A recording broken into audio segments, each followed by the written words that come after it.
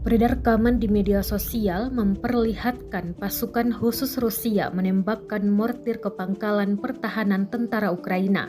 Rekamannya beredar di Telegram pada Senin 22 Mei 2023. Rentetan tembakan diluncurkan dalam hitungan detik.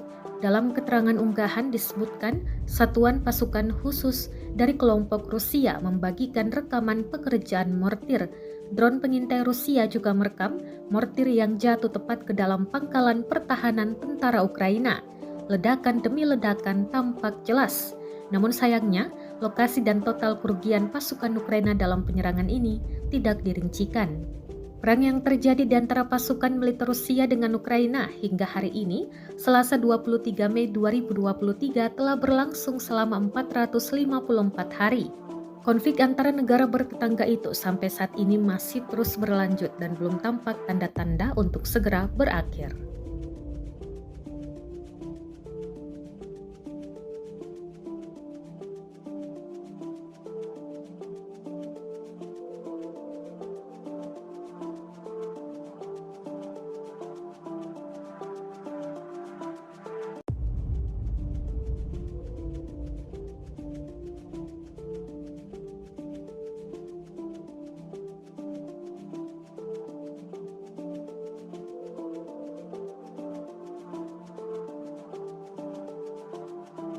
Terima kasih sudah nonton.